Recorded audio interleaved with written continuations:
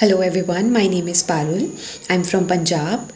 I've completed my 10th and 12th from my hometown only, and then I moved to Delhi for my higher education. From Kirodimal College, University of Delhi, I've completed my graduation in physics. Then after that, I was looking for opportunities to enter into IT sector, where I got a chance to do an internship program with Evision.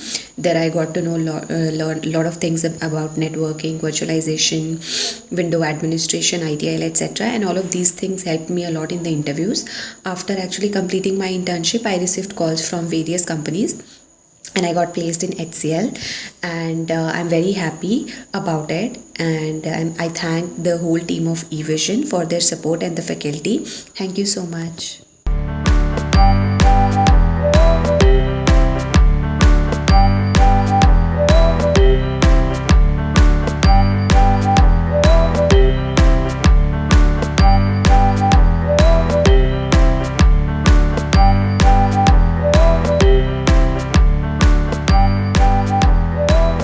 Thank you, Evision. Join Evision, join job.